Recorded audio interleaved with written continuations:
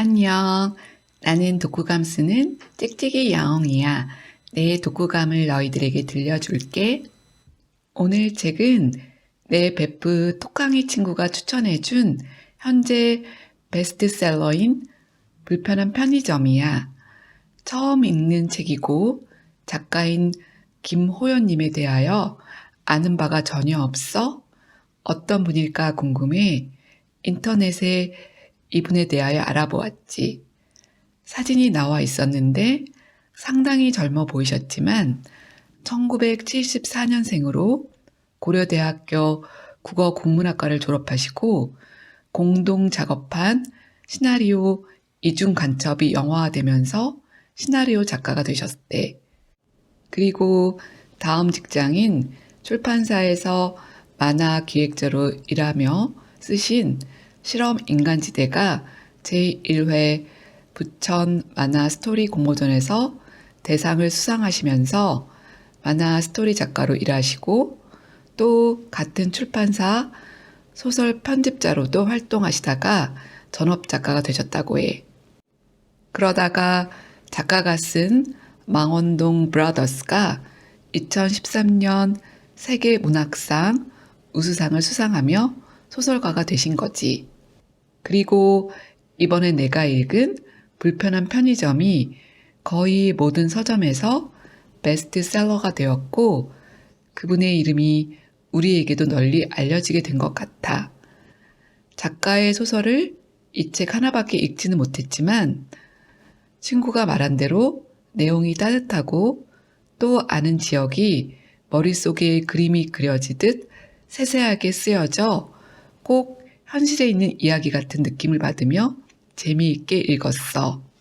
그리고 편의점을 자주 가지는 않지만 갈 때마다 이 소설에서 나온 제품들과 1+1 제품들을 다시 보게 되는 습관이 생겼지. 책의 내용이 사실적이고 그러면서도 감동과 재미가 있어 순식간에 읽을 수는 있었지만 그래도 좀 자세히 너에게 이야기해주고 싶어 1, 2, 3부로 나누었어. 1부는 편의점을 운영하는 염여사와 정체 모를 노숙자가 만나 그 노숙자가 편의점에서 일하게 된 사연과 편의점에서 일하는 알바생들의 이야기야. 2부는 편의점에 드나드는 여러 군상들과 노숙자였던 사내와의 이야기. 3부는 야간 알바를 하는 그를 쫓아내기 위해 조사를 벌이는 염여사의 아들과 드디어 베일에 쌓인 정체가 밝혀지는 노숙자의 과거, 그리고 그에 따른 그의 후회와 선택에 관한 이야기야. 먼저 이 책의 주요 인물을 소개할게. 편의점을 운영하고 계신 염영숙 여사님, 그리고 노숙자였다가 우연히 편의점 야간 알바 직원이 된 독고씨, 그 외 편의점 직원들인 선숙, 시연, 편의점 손님들, 경만, 인경, JS 등등. 마지막으로 염여사의 아들 민식과 곽씨가 등장해. 그럼 먼저 1부 이야기를 시작해 볼게. 사촌 언니 장례식에 참석하러 부산에 가려고 서울역에서 KTX 기차표를 끊고 대합실에서 뉴스를 보며 30분을 보내다 기차를 탄 염여사는 휴대폰을 보려고 가방을 열었을 때 가방 안에 파우치가 사라진 것을 알게 되었어. 파우치 안에는 현금 지갑과 카드, 통장, 수첩, 신분증 등 중요한 것들이 들어있었지. 한참을 어디서 잃어버렸는지 기억을 더듬었지만 도저히 나이 탓인지 알 수가 없었어. 그때 전화벨이 울리고 낯선 02로 시작되는 번호가 뜨는 것을 보며 전화를 받은 염여사가 여보세요 했을 때 상대방은 말이 없었지. 주변에 소음이 들리는 것과 전화번호를 보고 바뀐지 짐작할 수 있었어. 다시 말을 했을 때 상대방은 염여사의 이름을 천천히 정말 겨울잠에서 방금 일어난 곰이 겨우 소리를 내는 것 같은 말투로 말을 시작했어. 영수이에요? 지갑. 맞아요. 주우신 분인가요? 어디시죠? 서울역. 그 이야기를 들은 염여사는 안도를 하며 고맙다고 하고 지금 기차 안인데 다음 역에서 돌아갈 테니 보관해 주시거나 어디 맡겨달라고 했지. 그러자 그는 떠듬떠듬 말하며 갈 데도 없다며 공항철도 가는 길 GS 편의점 앞에서 만나자고 했고 영숙이 빨리 가겠다고 하자 천천히 오라고 했어. 전화를 끊고 염여사는 기분이 묘했어.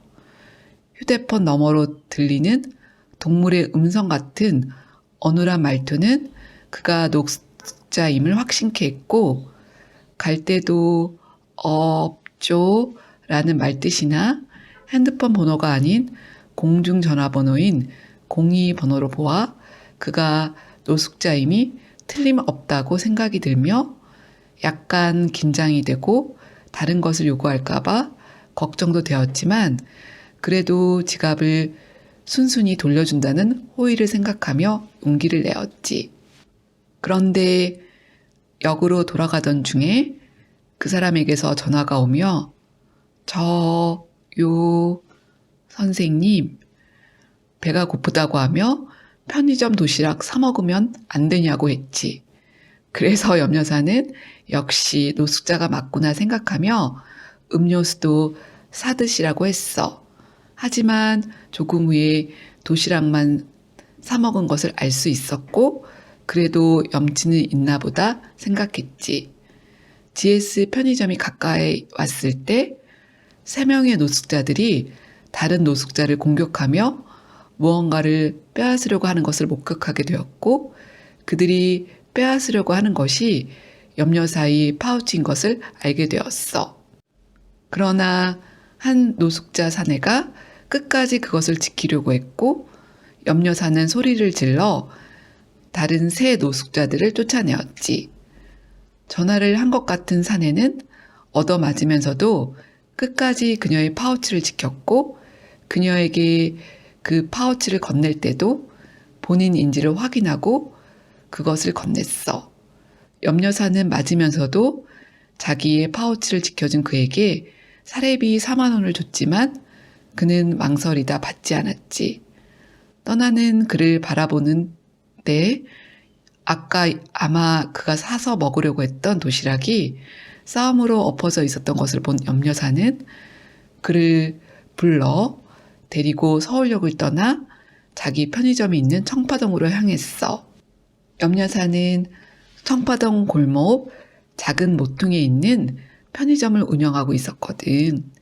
그녀는 그 사내를 자기의 편의점 안으로 들어오라고 했고 마침 일하고 있던 아르바이트생 시연은 염려사를 맞이하다 뒤따라온 그 사내를 보고 표정이 뜨악해졌지. 하지만 그녀는 아랑곳 않고 그에게 편의점 도시락을 보여주며 마음껏 먹으라고 했어. 원래 먹던 박찬호 도시락을 찾는 그에게 그건 GS 편의점에 있는 거고 여기는 편의점 종류가 다르다며 더 반찬이 많은 사내짐이 도시락을 권했어. 그리고 된장국까지 제공해 주었지. 그는 밖으로 나가 편의점 앞에 설치된 야외 테이블에서 맛있게 그 도시락을 먹었어. 꿀통 파먹는 곰처럼 너무 맛있게 허겁지겁 먹는 그에게 천천히 먹으라고 염려사는 이야기했지. 그러면서 그에게 배고플 때 언제든 이리로 와서 도시락을 먹고 가라고 했어. 그러자 그가 폐기된 거 말이죠.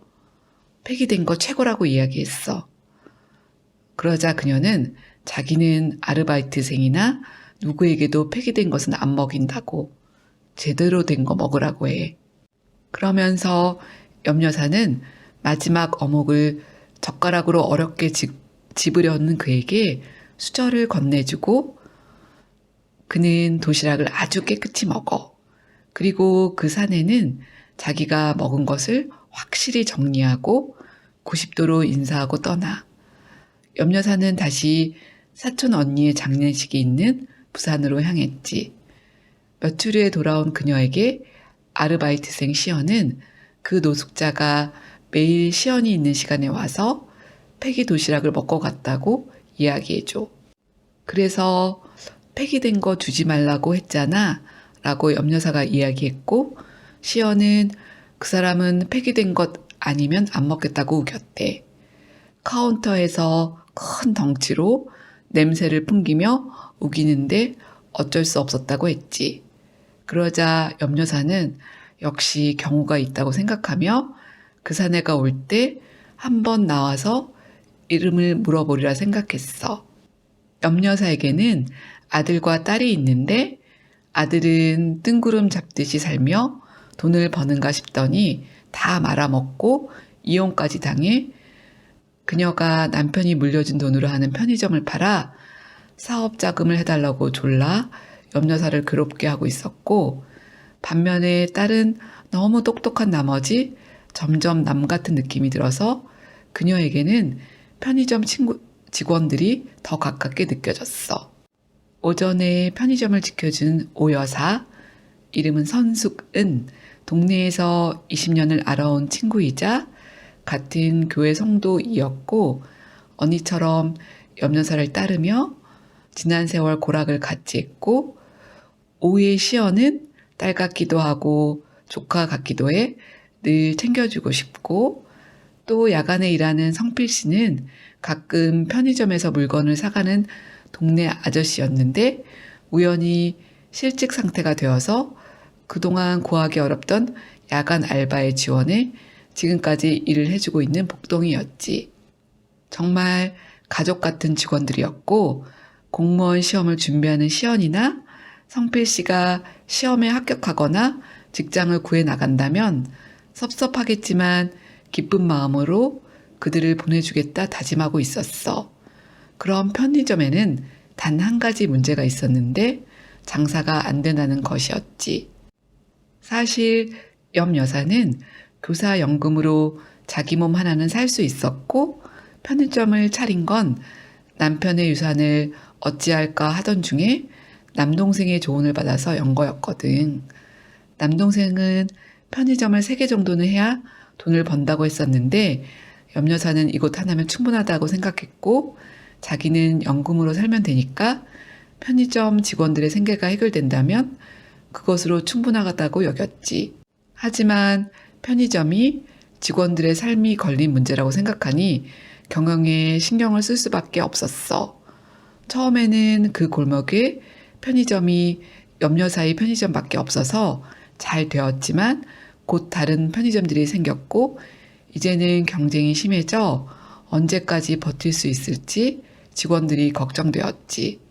한편 염 여사가 도시락 폐기 시간에 왔을 때 그 노숙자 사내를 만날 수 있었고, 이름을 물었을 때 그는 자신에 대하여 아무것도 모른다며 독고라고 불러달라고 했어.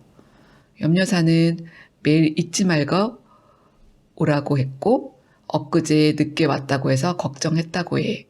그러자 그는 그러지 말라고 하지만 염 여사는 사람이 제 시간에 오다가 늦으면 신경 쓰인다고. 노숙자는 그러자 뭔가 보답할 일이 없을까 하며 또 지갑 잃어버리면 이야기해달라고 하지. 그러자 염 여사는 다시 지갑을 잃어버릴 일은 없다며 나를 돕지 말고 스스로를 도우라며 도시락이랑 소주를 먹는 그에게 술은 안 된다고 말했고, 독고 씨는 한참을 가만히 있었지만 이윽고 순순히 그녀의 말을 따르며 술을 버렸지. 그런데 갑자기 야간 알바를 하던 성필 씨가 직장을 구했다며 편의점을 급하게 관둬야 했고, 염 여사는 본인이 생각한 대로 그를 축복하며 보내주었지만 야간 알바를 구하기는 너무 어려웠어. 어쩔 수 없이 염 여사가 야간 알바를 서다 어느 날 술 취해서 욕하고 떠드는 남녀 4명에게 훈계를 하다 봉변을 당하게 되었어. 그때 염 여사가 야간에 편의점을 본다는 이야기를 시연에게서 들은 독고가 걱정이 되어 편의점에 와 보았고 마침 그 광경을 목격한 독고가 경찰에 연락하고 경찰이 오는 동안 남녀 4명에게 맞으며 염여사를 지켜주게 되었지. 이 일로 염여사는 그에게 술을 끊고 야간에 편의점을 돌봐줄 것을 부탁했고 염여사가 걱정된 그가 이를 수락해 야간에 편의점을 그가 지키게 되었어. 염여사는 월급을 미리 가불해주고 옷이랑 방을 구하라고 하고 오후 편의점 알바인 시연에게 그에게 편의점 업무를 가르쳐 주라고 하지. 한편 시연은 구급 공무원을 준비하고 있었고 평범하고 학교 다닐 때나 사회에서 별 관심을 받지 못하는 아싸 아웃사이더에 가까웠지만 마음은 여리고 착했어. 그런 그녀는 학교를 졸업한 후 여러 가지 일을 해보았지만 여기 편의점만큼 시간적으로나 마음적으로 편한 곳은 없었어. 사장님, 즉 염여사는 배려가 많은 분이셨고 시연을 아끼셨기 때문에 이곳에서 1년 이상을 일할 수 있었고 장사가 안 되는 편의점을 걱정해 최대한 손님들에게 친절하게 응대하라고 했었어. 하지만 가끔 오는 JS 오브 JS, 진상 중에 진상 손님 때문에 힘든 순간이 종종 있었지. 그런데 어느 날 사장님이 노숙자였던 아저씨를 데리고 와 교육을 시키라고 했을 때 말도 제대로 못하는 그가 이 일을 할 수 있을지 걱정이 되었지만 천천히 그가 이해하기 쉽게 또 자신이 처음 편의점에 와서 일을 배울 때를 생각하며 일을 가르쳤어. 미련 곰탱이로 생각했던 그는 시연의 예상보다 일을 빨리 배웠고 또 열심히 노력하는 모습을 보였으며 무엇보다 자기가 싫어했던 JS, 진상을 거뜬히 처리하는 모습을 보니 의지가 되었지. 그리고 그의 말 듣는 것도 어디서 봤던 것처럼 오랫동안의 노숙자 생활로 말을 안 해서 성대가 말라서 그런 것 같다는 생각을 하게 되었어. 한편 그는 시연에게 가르치는 데에 소질이 있다며 목소리도 차분해서 집중이 잘 된다고 하며 편의점 업무를 설명해서 유튜브에 올려보라고 하지. 처음에는 반신반의하다가 독고의 말에 힘을 입어 유튜브에 올렸는데 의외로 시연이 만든 유튜브가 인기가 많게 되었고 또 그 유튜브를 본 다른 편의점 사장님이 직원 교육과 새로 오픈한 편의점 점장으로 그녀를 스카우트하게 되어 염여사의 편의점을 가슴 아프지만 떠나게 되었어. 그러자 염여사는 오전에 근무하는 오여사, 선숙과 독고에게 시간을 늘려줄 것을 이야기하고 편의점 업무는 그렇게 돌아가게 되었지. 하지만 선숙은 독고가 마음에 들지 않았어. 노숙자였었던 데다가 전에 무슨 일을 했는지 모르고 말도 더듬는 미련 곰탱이 같은 그를 무시하고 있었지. 선숙에게는 집을 나간 남편과 대기업에 취직했다, 회사를 때려치우고 주식을 한다, 영화를 한다고 하다 다 실패하고 그로 인해 우울증에 걸려 병원 신세까지 졌다가 지금은 외교관 공부를 한답시고 집에 죽치고 있으면서 게임만 하는 다 큰 아들이 있었어. 그녀는 도저히 아들을 이해할 수 없었고 거기다 더해 일터인 편의점에도 이해할 수 없는 독고가 나타난 거지. 그는 자기 알바 시간이 끝났는데도 집에 바로 가지 않고 물품 정리를 하고 야외 테이블을 치우고 한 번은 불량소년이 선숙이 있을 때 삼각김밥을 훔치다 들켜 선숙이 혼내자 그녀에게 삼각김밥을 던졌는데 독고는 그 소년을 감싸며 선숙에게 사과시키고 돌봐주는 것을 선숙이 보았을 때 그녀는 독고로부터 신선한 충격을 받았어. 그때부터 선숙은 독고를 보면 그 전에 경계심이 아닌 안도감이 들었고 또 그 때문에 할머니들이 편의점에 와서 물건을 사는 것을 알게 되고 또 할머니들을 위해 배달까지 해주는 독고 때문에 편의점 매출이 올라 사장으로부터 칭찬을 받자 이제 그녀 쪽에서 그에게 말을 걸기 시작했지. 그러던 어느 날 퇴근 후 집에 가니 그때까지 방문을 잠그고 게임만 요란하게 하는 아들과 말싸움을 하게 되고 울다가 아침에 편의점에 겨우 나왔는데 독고의 인사를 듣자 참았던 울음이 터져 나왔어. 그가 아무 말 없이 건네준 옥수수 수염차를 마시며 그에게 둑이 터진 것처럼 자기와 아들의 이야기를 털어놓게 되었지. 그러자 그는 묵묵히 선숙의 말을 경청해 주었고 선숙은 마음이 진정되는 것을 느꼈지. 그러면서 그는 자기가 선숙의 말을 들어주어서 그녀의 마음이 편안해진 것처럼 아들의 이야기를 들어주라고 충고해. 독고는 직접 삼각김밥을 사주며 선숙에게 삼각김밥과 편지를 써서 아들에게 마음을 먼저 전해보라고 이야기해. 앞에 불량 소년이 말했는데 게임할 때 삼각김밥이 먹기 편하다는 말과 함께. 그러자 선숙은 아들에게 독고의 말대로 편지를 쓰려고 해. 여기까지가 일부야. 과거에 대해 전혀 모르고 이름은 아마 독고 노인이라서 독고이며 말까지 더듬는 노숙자였던 아저씨가 염려사의 따뜻한 배려 안에서 다른 사람들과 관계를 맺기 시작하는 이 이야기는 서로의 온기가 필요하지만 코로나라는 물리적인 이유로 사람들과 떨어져 있을 수밖에 없었던 우리에게 또 다른 감동과 여운을 주는 것 같아.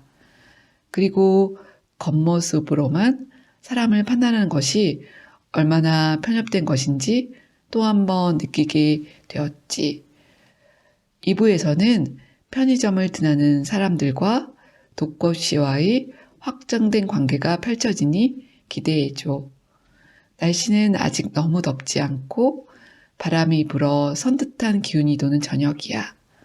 이럴 때 그동안 여러 가지 이유로 연락이 뜸했던 생각나는 이에게 전화나 카톡이라도 해 안부를 묻고 싶어. 너도 그러길. 그럼 2부에서 만나. 빠빠이.